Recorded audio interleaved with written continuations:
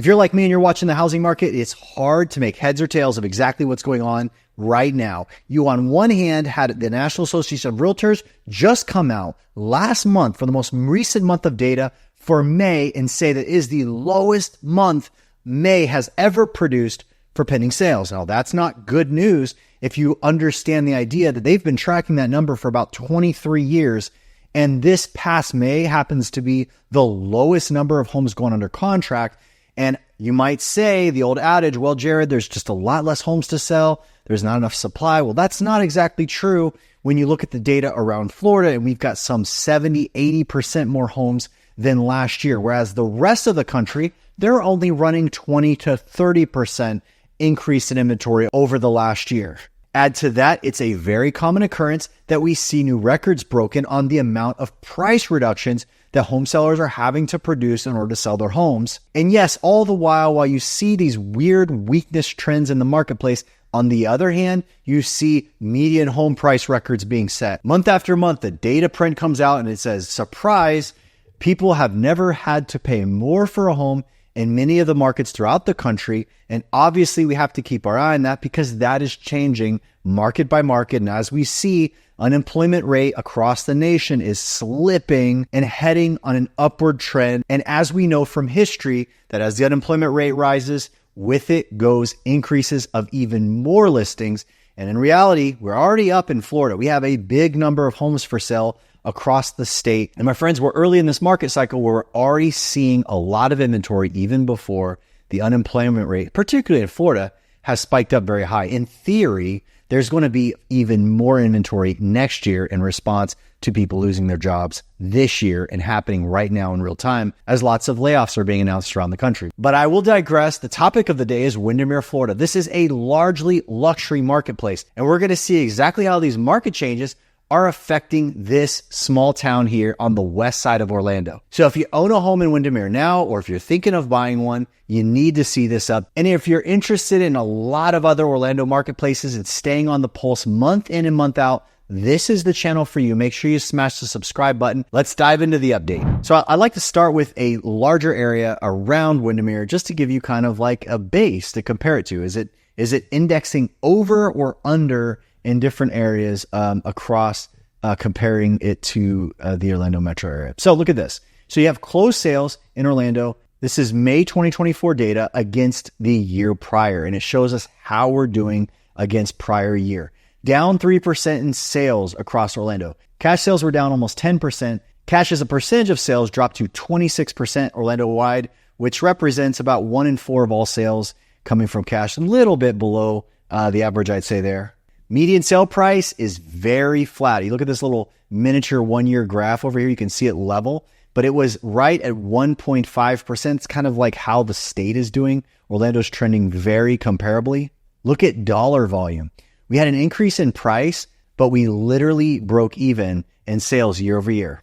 Median percent of original list price, that's how much sellers are getting in Orlando versus prior year against their asking price, is down nearly 1%. So home sellers right now are negotiating down about 2.5% from their original list price across the Orlando metro. You can see over the past year, the graph shows that it's kind of like fallen off a bit, but it looks like it's been trending flat for the last 4 or 5 months. Time to sell is stretching out a little bit longer. It's up almost 50% in Orlando in terms of time to sell a home. Still pretty low, showing 28 days, but it's stretching out. Now, as we move down to pendings, take a look at this. New pending sales are down almost 8%. New listings are up 18%. So you see that? A lot more people are putting their homes on the market in 2024 versus last year, but buyer activity is down. Again, this is kind of what I was telling you in the opener. On the national level, we had the entire marketplace was way down. And again, obviously it's no surprise that even Orlando, we're down almost 8%. Even with active inventory, okay? The metropolitan area of Orlando last year, this time, had 6,700 listings available actively for sale. This year, it's almost 12,000 units. It is at 76% year over year. This is kind of the headline that's been pushed all over the country about Florida. Everybody's just standing back in awe at how much our inventory levels are shooting up and everybody trying to figure it out. Well, it's Obviously, over time, if you have a lot more sellers putting their home on the market and buyers are not pending them, they're not putting them under contract, they're stepping back saying this is too much, they're just not getting loan applications, demand is down, and obviously that is going to increase your inventory. Now, this is the fascinating part. Look at this. This is why sellers in 2024 feel a little different. It's called months of supply of inventory. That means if you stop listing all the homes in the marketplace, how long would it take to sell them all? And right now went from a 2-month supply. Okay. So last year was relatively still a tight market, even though last year buyers were still not buying very much. Buyers were still very cautious. And this is where buyers are today. They've not gotten any more aggressive into the market at bigger numbers. They're still very hesitant, very distant from the market, yet more sellers are putting their homes on the market. So now you went from a 2-month supply to a 3.6-month supply, which is significant. And that's what precipitates price reductions. There's definitely a level of increased competition felt across the marketplace. All right, now let's take a snapshot at Windermere. Stay with me. As soon as I'm done with this, I'm actually going to pull up a few charts, really kind of show you how this particular market is changing in real time. Take a look at the closed sales. Remember, Orlando-wide was only down 3%. Windermere is down 26% in closed sales year over year. Cash sales in Windermere down 21%. Cash as a percentage of closed sales is actually showing as an increase. Interesting here, look at this. Median sale price in Windermere, folks, is down 8.9%. Again, that's a 1-month trend. We're going to take a greater look at that in a second. By the way, Windermere has crazy jumpy data. So one of the things I will tell you is this particular marketplace, because of the nature of it being luxury, you see the average price here where it shows it's negative 17% in average price. Realtors might show you that and be like, oh, this is crazy. It's down 17%. Average price is very much a function of how big the properties were that sold. So you might have your closings down like you do in Windermere, but they could all be luxury, and they probably were. And ultimately, or maybe they weren't. Maybe they were smaller purchases, which creates a downward sag on average price. So understand, median price is going to be a much more real indicator. That's just the median. It cuts right to the middle. It's less influenced at any given time by the low end or the high end. And that is going to show you that right now, there's definitely some price softness going on. Check this out. This is incredible, folks. Dollar volume, okay? Total number of closed sales was 86 million last year, okay? And here's the thing. Last year was not a big number, folks. And we're way down. Windermere realtors are bored. And I sell some homes in Windermere like the rest of the agents in this market, but it is definitely seeing a lot less transaction volume at the moment. In a second, we're going to pull some more data to show you exactly why that is. Sellers in Windermere are still getting around 97% of their original asking price. They're negotiating a little bit, but that's really kind of unchanged. It's taken about 70% longer this year to sell a house here. New pending sales are dead even to last year, which that's not a bad sign whenever you see that the new listings are up 6%. So you have more homes hit the market than year prior, and pendings were even. Pending inventory is up about 3.4%. But look at this. Obviously, you have 76.7%. So just like you saw, the Orlando trend was up in the 70% range, if memory serves.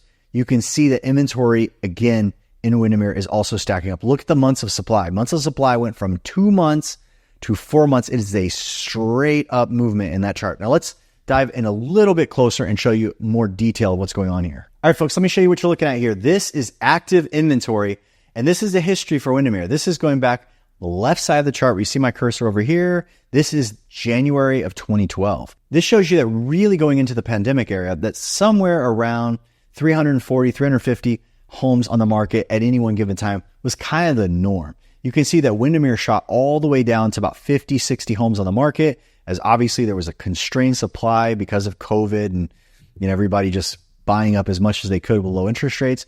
You can see that right here, see this big leap. Mid-2022, this is when the Fed starts raising interest rates. Rates go from like a 30-year fixed at 3% to like 7% overnight in the fall of 2022, and Windermere took some inventory. So it went from 65 homes on the market. 3-4 months later, there are 176 homes on the market. And you can see that sometime after like the fall, it just stabilized. It shot straight up to that number. stabilized all the way to the end of the year, and then even started to drop. And my friends, this is unusual for the Orlando market. If I told you the Orlando market, they have been in a continuous upward trend. If this was the same chart, you would see the rest of Orlando somewhere up here, okay? But as you can see, yes, this is interesting right here, because right now, inventory is at highest levels that you've seen in this area going back to December 2020. So like early era pandemic is where it's going. It's still not near where it used to be. So and that's necessary in the market that we're in. When you have a harder time with buyers wanting to pay the prices that we have in the market now, this is a good thing that you don't have such high inventory. So I would tell you across inventory, Windermere is a little bit tighter, but with this trend, you can see that December of 2023, there were 138 homes on the market. As of right now, there's about 212. So it has been steadily climbing over the past 6 months. Look at the chart down below. January 2024 was up 26% over prior year. By March, it was up 48%. April peaked. It's 83% year over year. And folks, all that is more people listing, buyers backing away and saying, I'm not buying. But this is a steady climb. This will be something to watch because as of recent, the last 3 or 4 months, we broke through the previous plateau in Windermere, which Windermere homeowners are going to feel a little bit more like there's a little bit more in the market than there has been in about 2 years' time. And again, look, they are used to carrying 350, 400 homes. When you're just over 200, that's nothing to be too concerned about.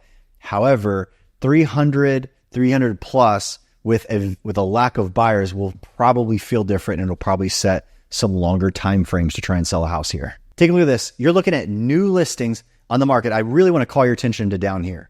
In January, 48% more listings hit the market than the year prior. In February, 64% more. Then in March, everybody got the message and said, hey, you know what? We should back off and stop listing so many homes. And then in April, it's back up 21%. For whatever reason, in 2023, Windermere had very low inventory, and it seems it's changing. It seems that whatever has caused people in Windermere to lock in and kind of collectively as a group say, I'm not putting my house out there, seems like that levee has snapped a little. It'll be interesting to watch this over time. And herein lies the problem. What you're looking at right here is pending inventory. Remember how we were looking back at 15, 16, 17, 18, getting an idea of a pre-pandemic health for the market. If you kind of cut a line through here, Windermere is used to carrying 132 homes in pending status at any one given time. Now look at this. If you carry 132 over to the right side of the screen, that line is somewhere right here. Look how long it's been since this kind of inventory has been in play. So, the interesting thing will be to see is, again, the buyers are away. I mean, people don't like to say it. Everybody's confused about the idea that buyers, they have really felt some shock and there's not as many of them in the market. And again, like I told you, if inventory stays low, that's not a problem. But as we see things shifting, we got to keep our eye on it. We'll see how this plays out into 2025. Now, the last chart I want to show you is one of my favorite metrics in economics called months supply. This is if you looked at housing inventory based on how slow the market is buying, the pace of new listings. Okay. So inventory in Windermere is above the Orlando norm. Remember, we saw Orlando was about 3.2 or 3.6 months of supply. Windermere is at a 4-month supply. If you stop listing homes and just sell off what you've got based on how slowly the buyers are going, it's a 4-month supply. Now, in history, look at this. If you go back 2018, we'll say 17, 18, 19, Windermere is used to 4 to 4.4 months of supply. Okay. This is where it lives. So as we approach, the inventory gets a little higher. If buyers are still not buying, this months of supply you can see is going vertical. And if it keeps going up, the higher this gets over history, that's when you see sellers get antsy, price reductions happen more, and that's when you actually have effect on prices. The higher months of supply is the most amazing factor to watch, because if that gets out of hand, that's when you really start to see things shift and you can understand it's a buyer's market. So right now, because it's still just getting to the level of where it's been. This is just approaching, I'd say this is still a tad still on the seller control side. This is getting closer to where you can consider it more into a balanced market. If it keeps going above where it is and start hitting 4.3, 4.4, and it's jumping right now. I mean, there's no reason to believe this couldn't change. Look at this. December of 2023, it was a 2.4 month of supply. By January, it was 2.8. By April, it's 3.7. So, I mean, this has made some very big strides recently. So, I mean, at the current pace, it could be at 5 months of supply in like 4 or 5 more months. Once you get above 5, it'll get interesting to see what happens. Hey, if you've watched this far, do me a huge favor. Drop down below in the comments and tell me what you're seeing in your neighborhood. Where are you from? And what are you seeing in your marketplace? And second, let me know what marketplace you'd like an update on. I'm doing nearly daily updates on this channel throughout the Orlando metro area. So if that's the kind of content you love, make sure you smash the subscribe button, hit the bell icon to make sure you don't miss any updates. Also, if you're interested in real estate topics across the entire Florida market, make sure you go check out my other channel. I'm going to leave that link in the description below. On that channel, we cover all things Florida real estate, what's going on in the insurance market, what's going on with HOAs and HOA litigation, and what's going on national level real estate and economics. We cover all that there. Please consider subscribing to both channels. And if you're buying or selling anywhere in Orlando, I'm like the eHarmony of real estate. I have buyers calling and I pair them up with sellers to make sure your dreams in real estate can become a reality. Thanks for watching, and we'll see you on the next one.